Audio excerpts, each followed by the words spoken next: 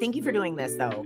I'm really excited to talk to you for a lot of different reasons, but like most importantly, it's I have so many conversations with different powerlifters and stuff all the time about, how to fit powerlifting and take it seriously into our lives when all of us just have regular lives and families and children and work and pets and Yeah. responsibilities. And so like I'm so appreciative and proud, like, to have lifters like you that, you know, take time for themselves to create betterment for themselves because it makes you a better role model as a parent, and it makes you a better person and more Mhm. resilient and so I thought it would be really smart to talk to you and share your bit and how you make it work and how you prioritize and how life's, right? And you're Yeah. a good voice and representative of like so many different great things in the sport and as like a ref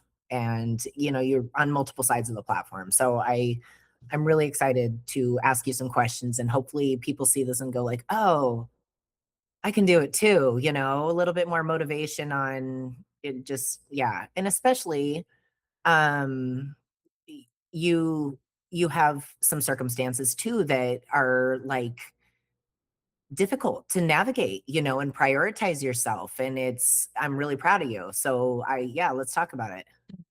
Well, thank you for finding me worthy. Yeah. I told my husband, I was like, yeah, Monica wants to ask me some questions. And he's like, why? And I was like, I don't know. I mean, I guess it's one of those things. It's like it was a little bit tough to answer some of the questions, like not that it was uncomfortable. I had just had to be really thoughtful how I answered them because I myself have the tendency to make my life a bit more digestible for people to understand because not everyone lives the life that we do as parents, Yeah. especially with having a special needs son who also has very serious medical issues. Um, and so I told him that, and I was like, just because we're used to this doesn't mean that other people necessarily are. So I get wanting to hear a little bit more about our story and Noah's, and I hope that this maybe reaches some parents out there who are like possibly in the midst of maybe like a new diagnosis or they have a new baby or just maybe trying to navigate some issues that we've dealt with. Noah was born full term. I had a very easy pregnancy. I actually only even gained 20 pounds.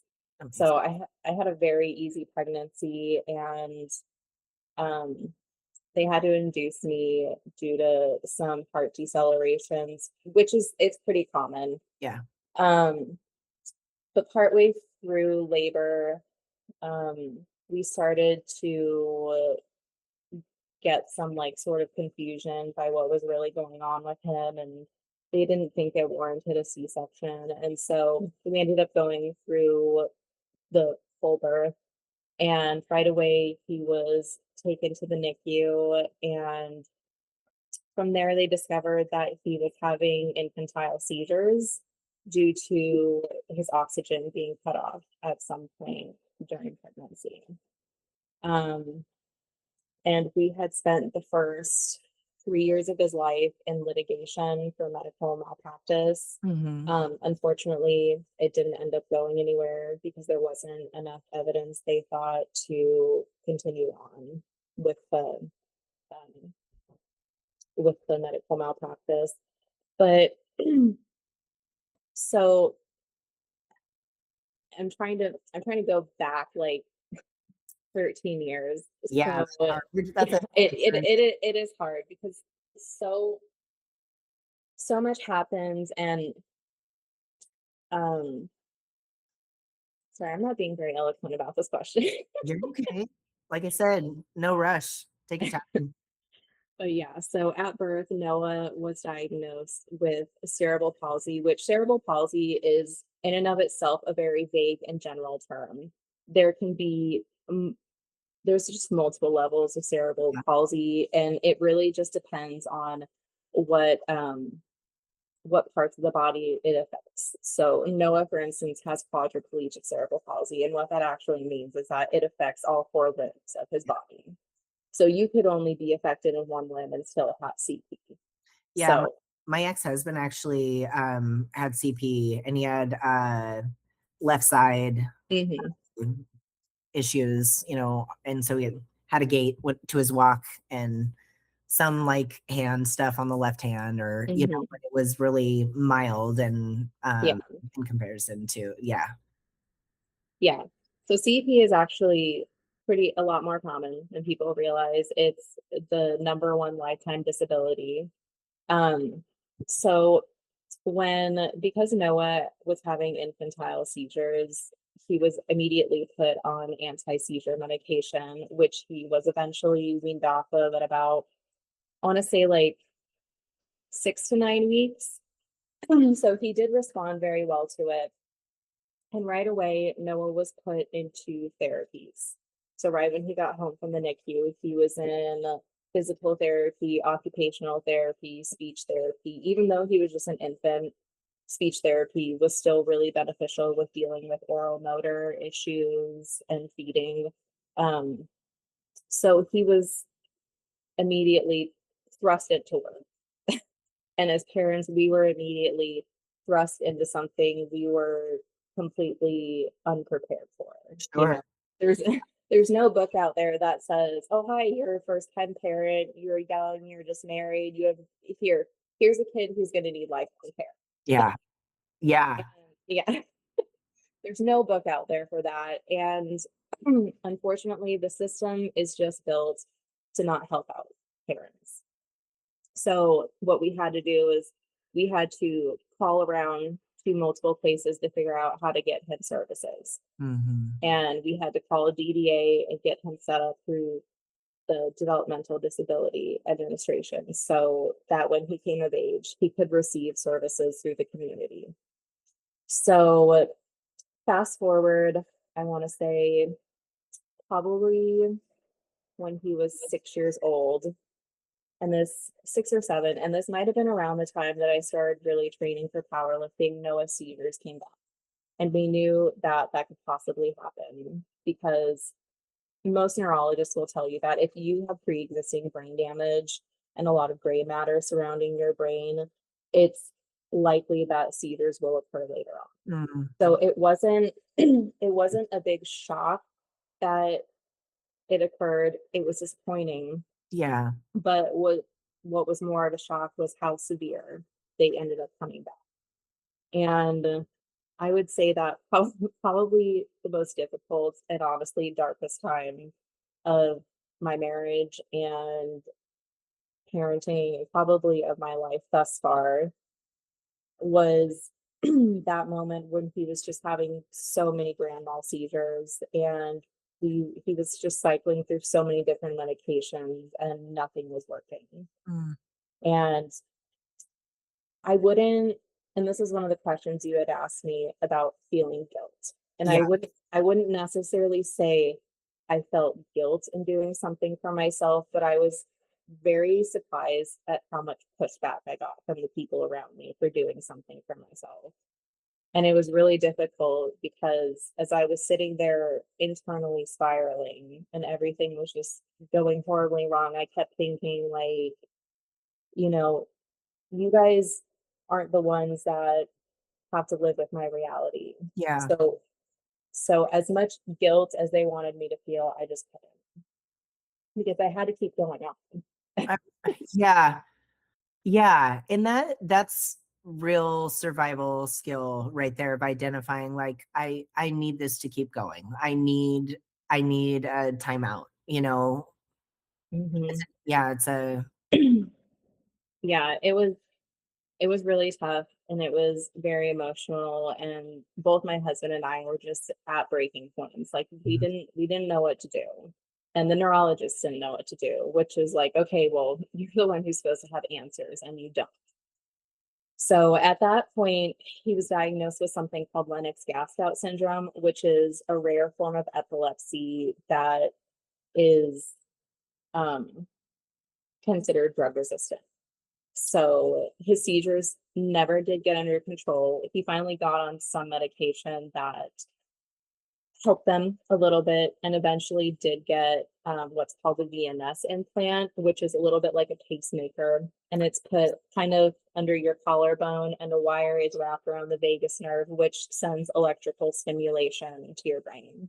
Gotcha. And it's sometimes also used commonly for depression as well. I think I know somebody that gets that done for Parkinson's. A Yeah. similar, I think it's the same thing, but yeah, it's like right under the Yeah, it's like right under the collarbone, under the yeah, heart. It's a pretty common implant to get, especially for epilepsy. So we did that, and it helped his seizures a little bit. He still unfortunately does have breakthrough seizures, and that happens multiple times a week. And what I had said sort of earlier about constant seizure care is that when I say Noah has seizures, it's not triggered by one thing. And that's very common with Lennox-Gastaut syndrome.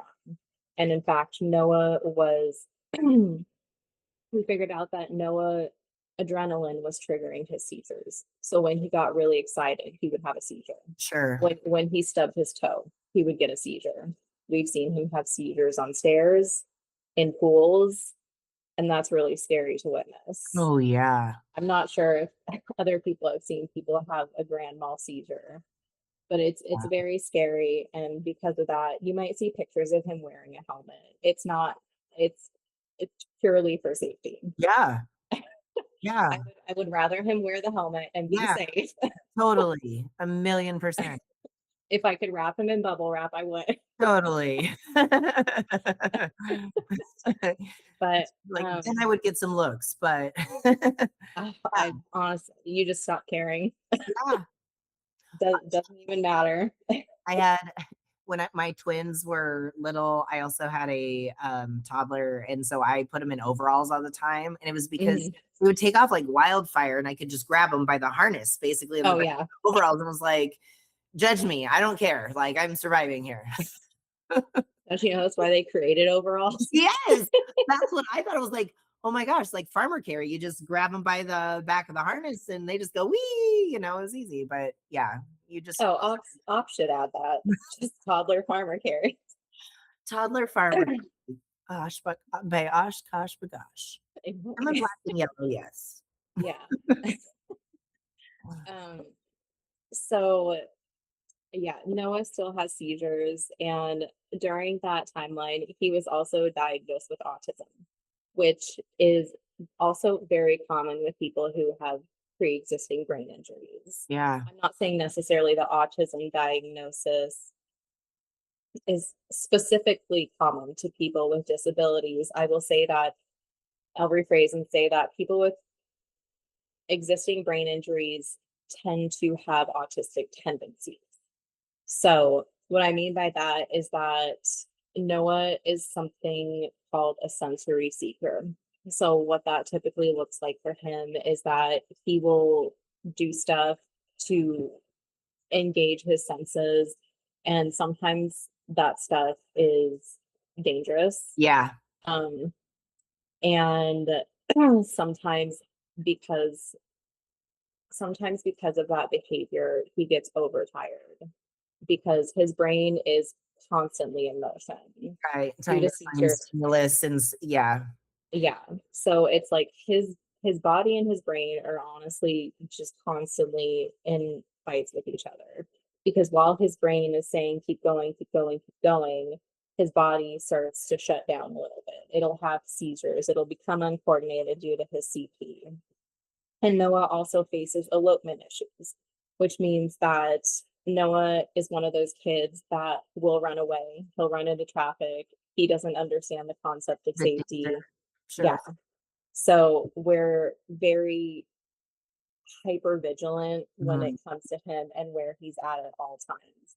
Noah is mobile, however, he has to use adaptive equipment because of his CP and elopement issues and seizures.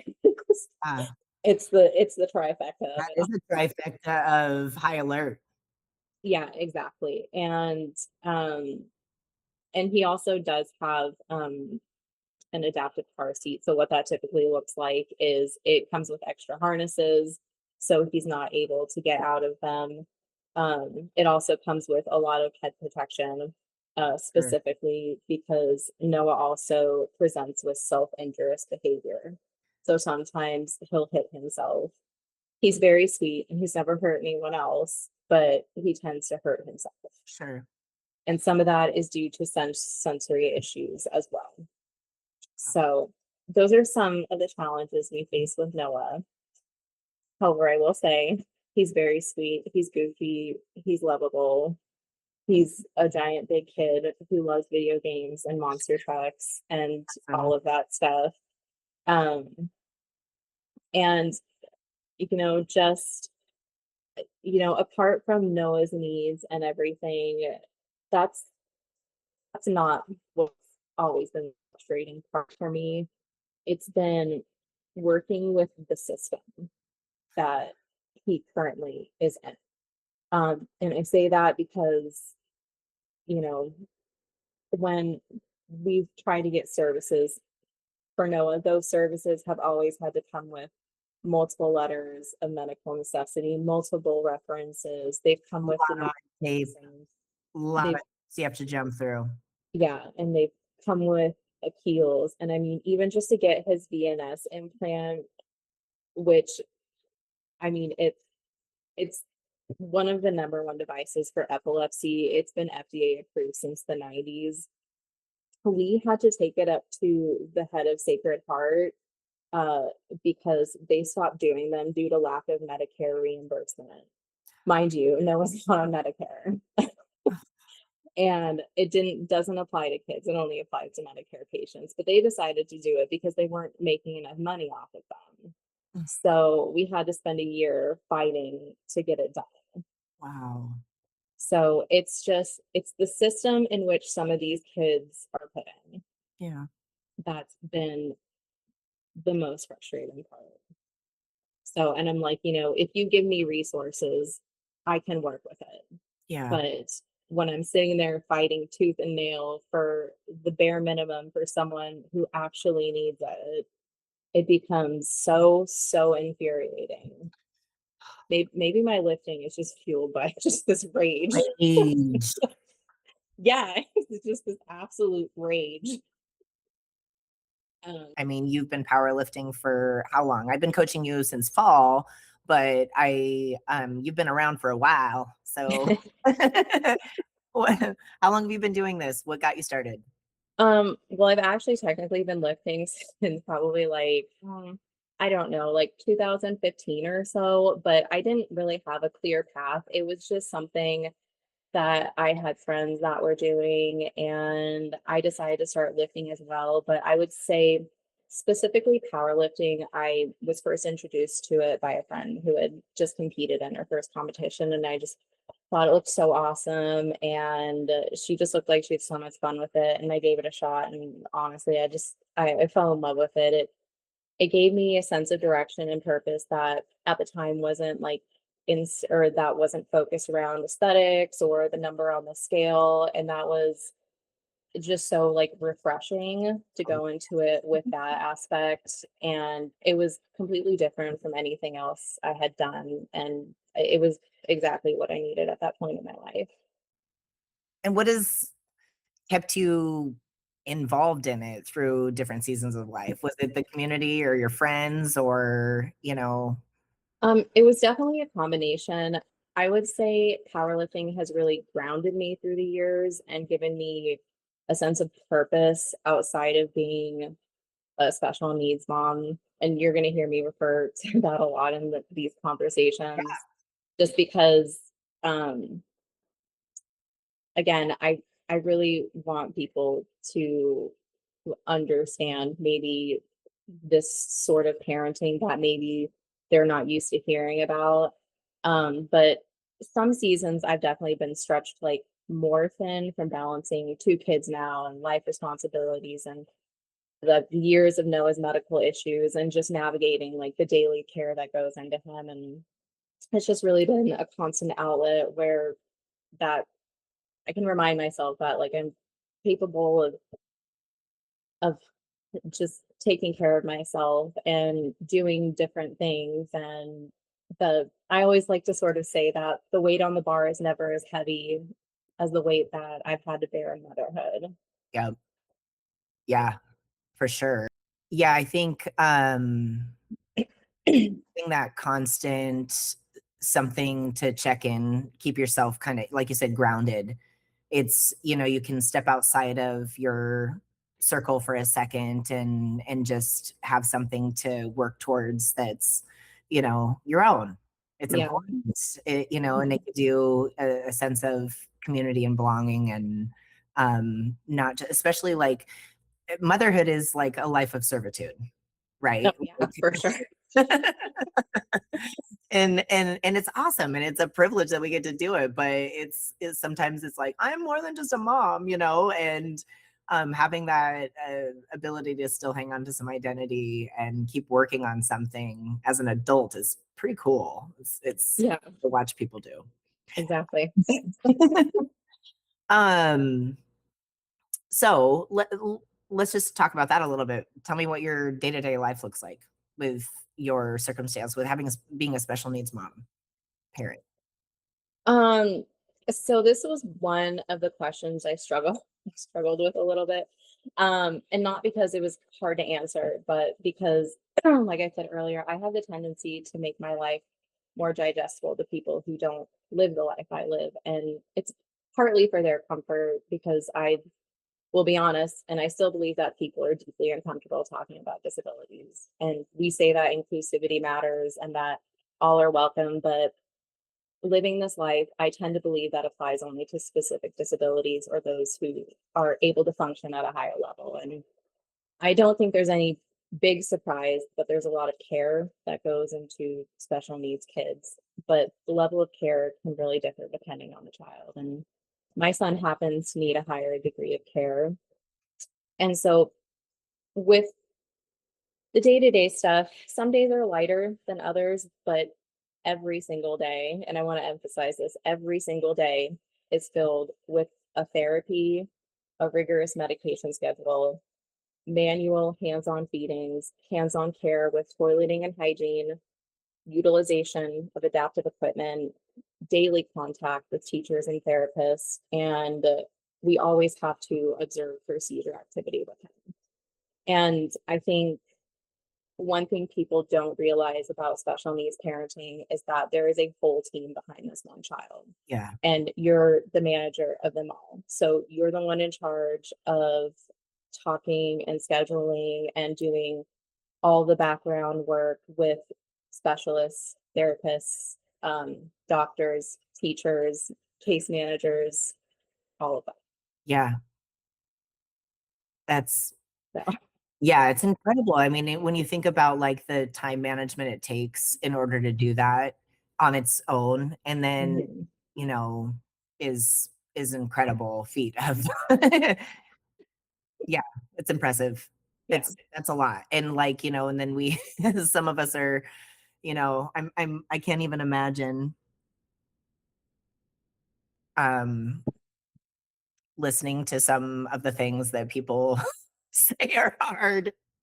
Honestly, like, truthfully, like, I'm sure that is so hard. I mean, you're so gracious and you're so, um, you're pretty awesome, Alexis. Oh, thank you. I appreciate that. And I just want to say that, for how different my life is, powerlifting has been one of the more inclusive places. And they've been very open to my son and my family and my different circumstances. And there's a lot more parents out there in this community than I think people actually realize. Sure, Um, absolutely. and I wish more of them would speak up because it can be very lonely and isolating. And they're not alone. How has raising a special needs child shaped the way you handle adversity? Um, so this question I had to save to the last because as I was trying to answer this question, it was really hard to form words to describe it in something that was less than 20 pages. Yeah. because I kept cycling through the past 13 years of raising Noah and just trying to formulate an answer as best I could. And if I had to sort of give like a synopsis, I would say that raising Noah has really reshaped how I face challenges. And he's taught me patience when progress feels slow and resilience when things seem overwhelming. And through his struggles, it's really taught me that adversity isn't something to avoid, but something to face head on. And I look at every difficulty as an opportunity to grow stronger. And I try and really carry that mindset into like every part of my life. Yeah. It shows. It shows. And I think one of the reasons I was drawn to talk to you more and share this with people is because you're so diligent and responsive and communicative, and you check all the boxes that you need to in training, and we accommodate, you know, whatever you need. But you're such a good communicator that it makes it really easy. You've had really easy transitions and progress and stuff, and just saying this is what I'm capable of right now or this week or this thing, and and it's very minimal. Like those accommodations that I'm speaking of are like so minimal, and like it's just kind of like no problem. Yeah, you're such a great coachable athlete and really follow through, and it's not surprising to I just thought you should be able to speak from experience here and give some people some wise tips. What are things that you do that you think have helped you navigate through this? What are like tools in your toolbox that you utilize to make sure that you keep your mental health in good check and your body in good check? Do you have non-negotiables? Like, what are things that you think that have really allowed you to be so successful at being, a top-notch parent, athlete, spouse, all the things? Like, what's the magic for you? Um, I would say that um I would say that just really finding time to do small things that I enjoy. Like training is my top tier. It's the number one. If I have a chunk of time, that's the first thing I'm getting done. That's awesome. But uh, just raising Noah, I really had to come to terms with the reality that I will most likely never have large chunks of time just for myself.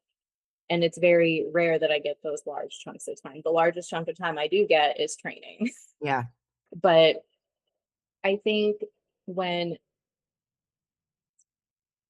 when you live in the reality that I do, or maybe you just have like an extremely busy schedule, it can feel a little bit unfair to feel like you don't have all the time in the world. But I would just say that even doing something very minimal at the end of the day, like maybe like reading or drawing, take a coloring book or something, I don't know, Yeah. or playing like Pocopia. I've been obsessed with Pocopia since it came out. I'm like addicted to it right now.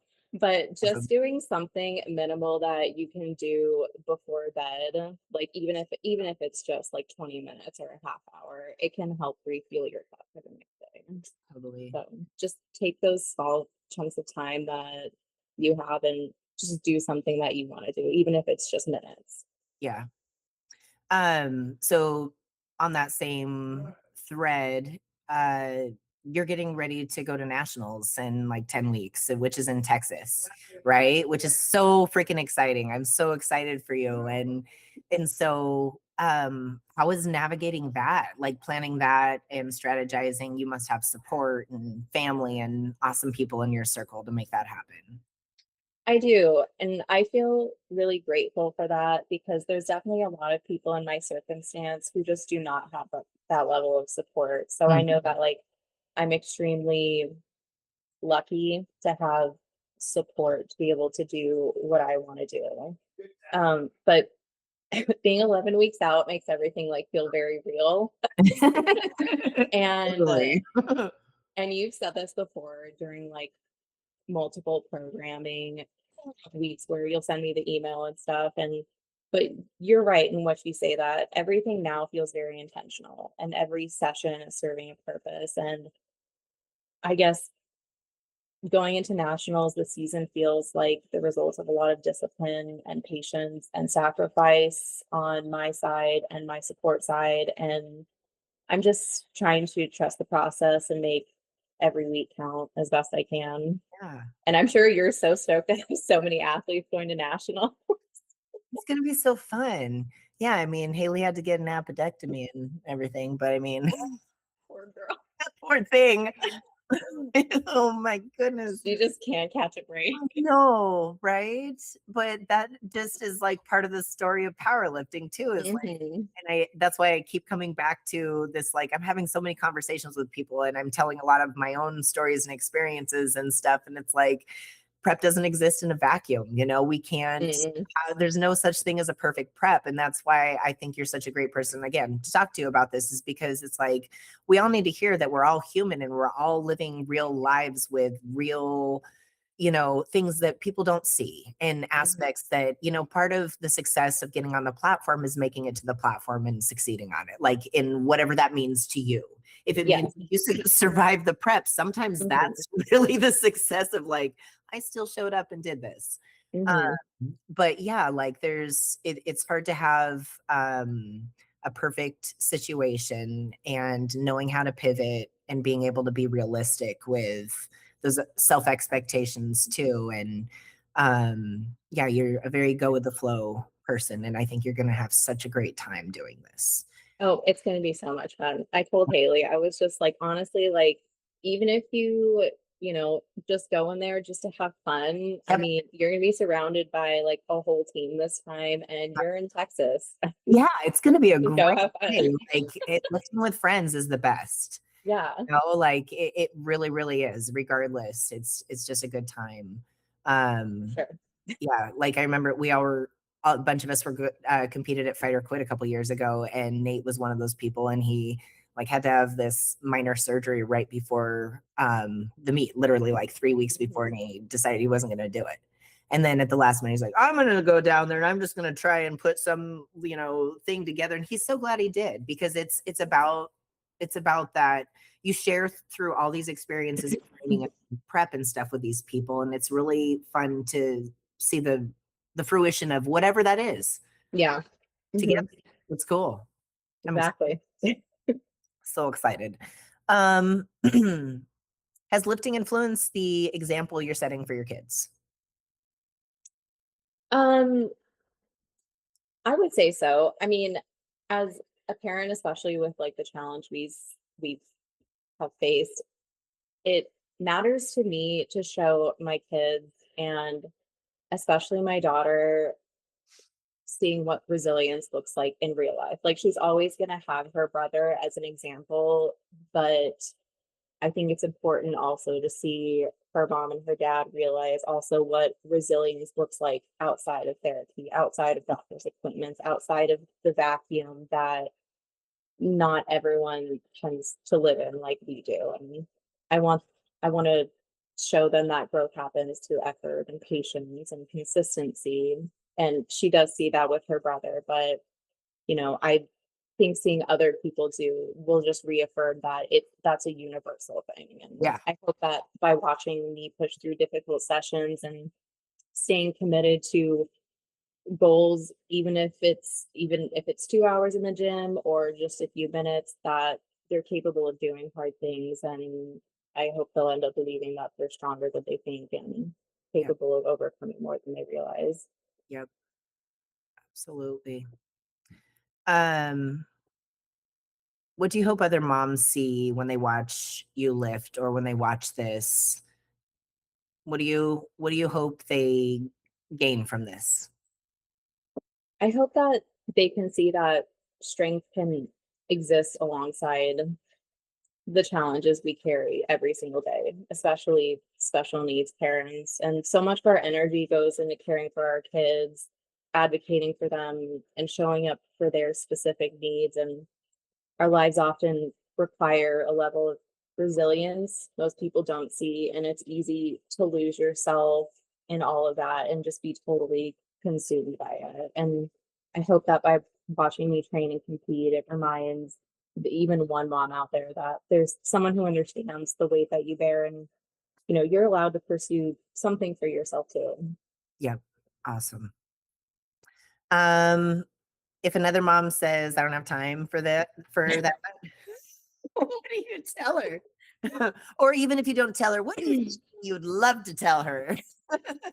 I love this question because I was like, it was like literally like a 2 sentence response. And I was like, I'd be very frank and honest and just tell her that you don't find time. There's 24 hours in a day. You have to be intentional and carve out pieces from where you can.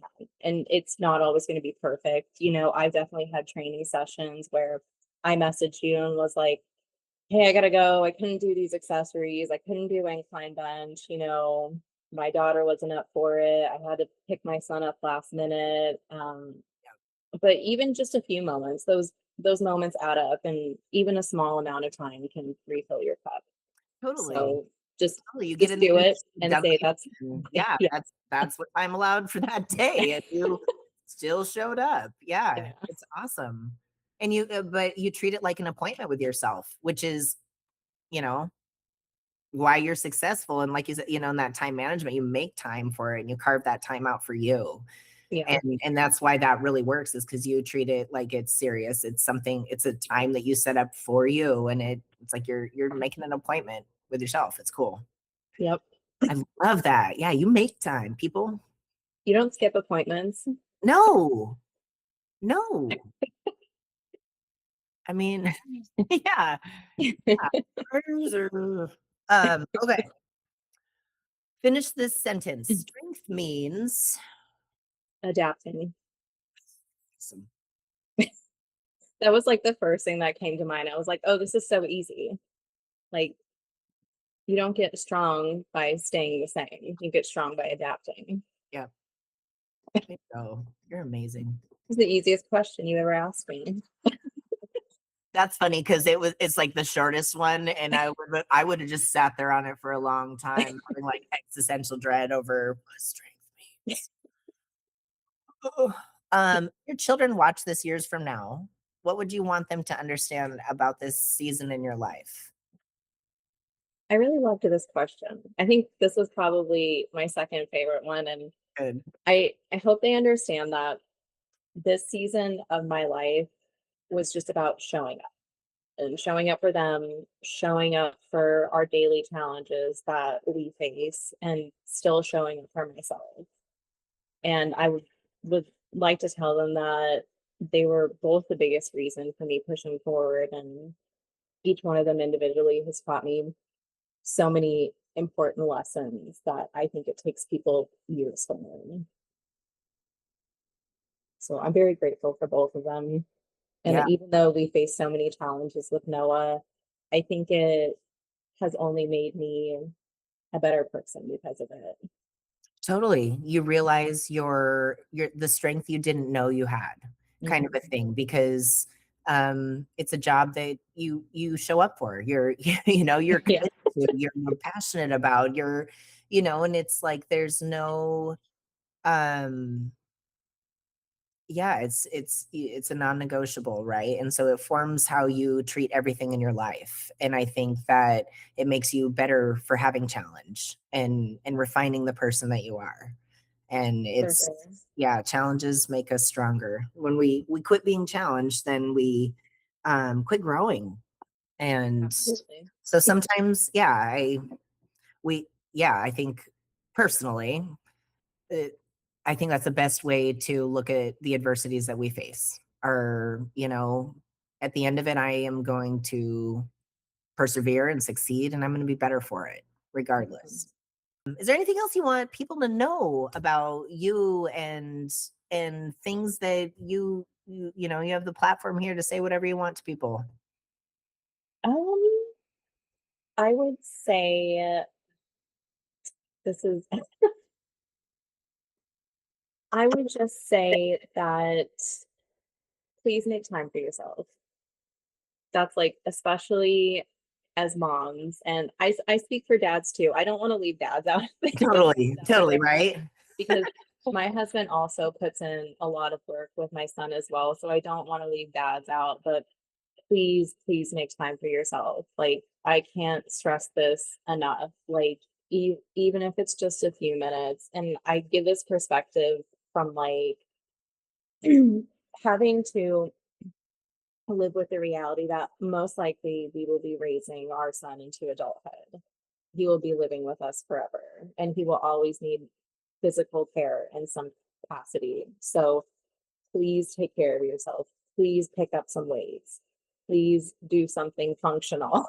Yeah. It's Yeah. it's so so important. And even if you don't have time to compete, and I highly suggest you compete because it's so much fun. Yes.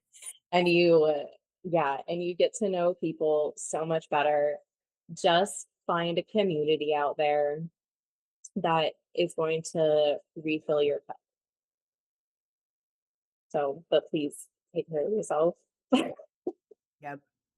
I always like the airplane analogy of the mask.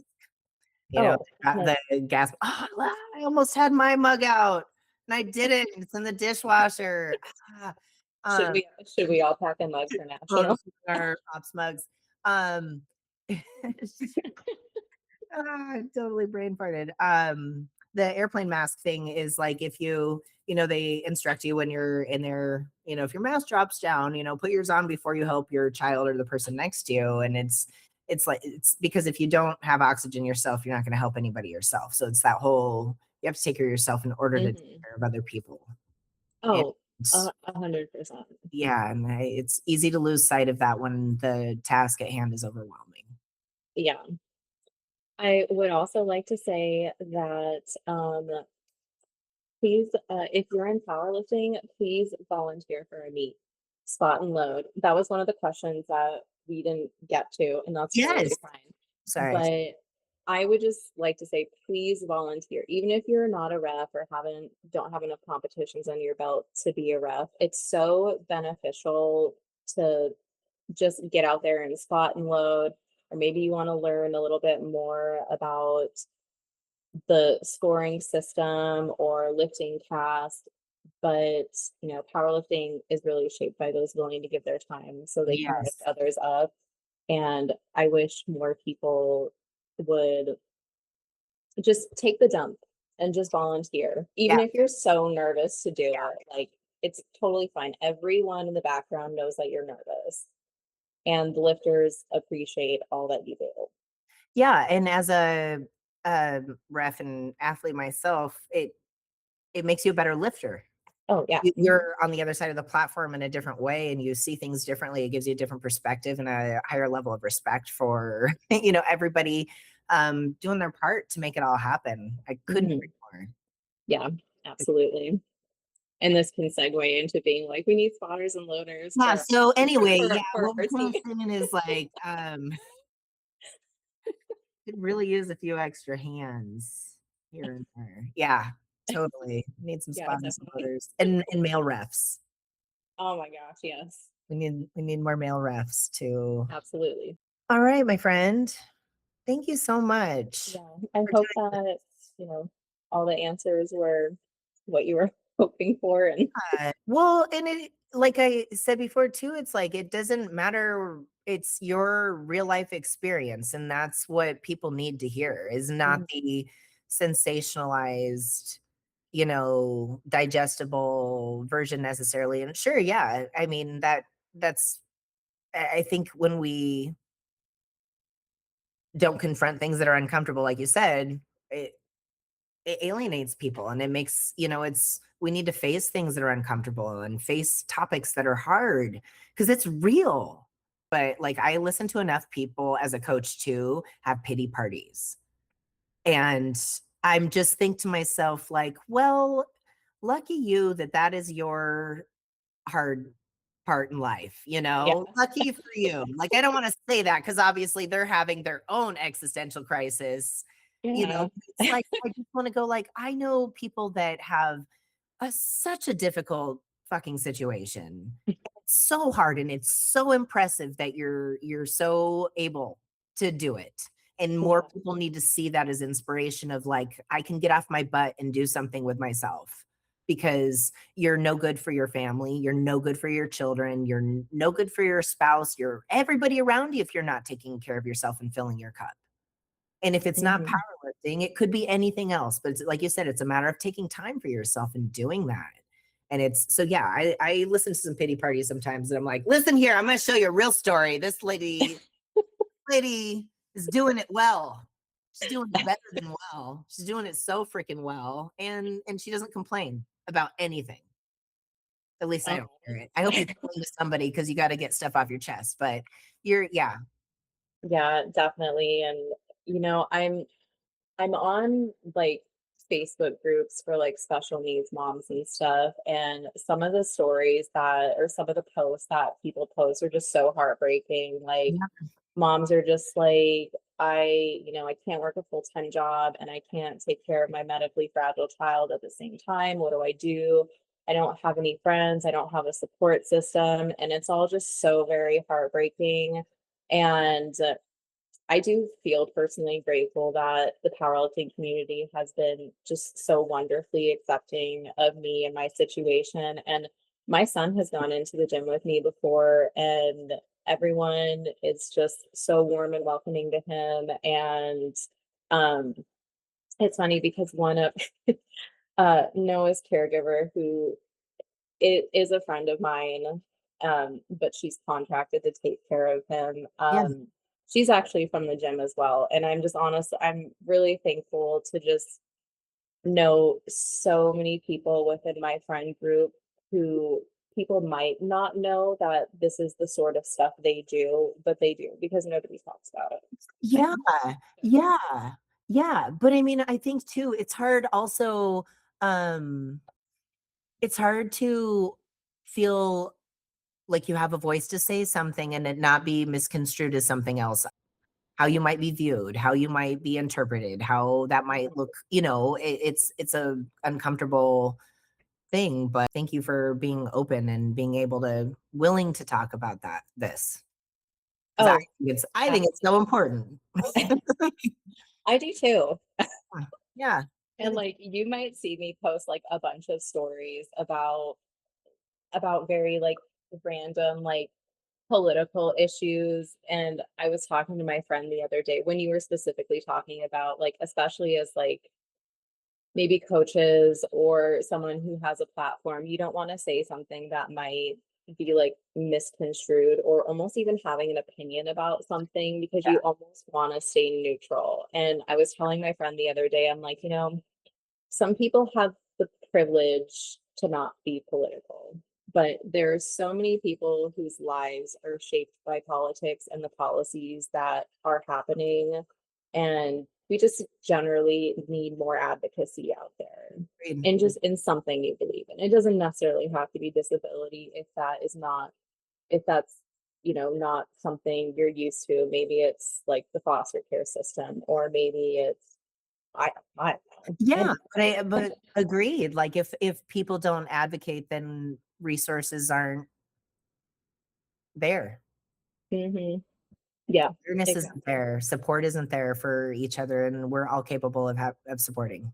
Yeah. Mhm. Yeah. Yes. Yeah. But I appreciate you just talking to me, and I always enjoy talking to you. Me It's too. I we enjoy don't we talking. don't talk enough. Me too. Just on a personal level. Yeah, I think you're pretty great. I think you're a pretty cool lady. Oh, Yeah. I do appreciate that. So, but that's just a little bit more like in depth of about Noah's specific needs and I situation. think that's important to share, right? Is like those are the things I'm glad we elaborated on that and took the time to go through that, because I think those are the details that really kind of build your story. Mhm. It's not just, you know, uh, like you said, the digestible version. Like I said, that's hard for people to really qualify for what that means and what that feels like and what, and we can only gain sympathy and empathy for people if we have a deeper understanding. Yeah, definitely. I totally agree.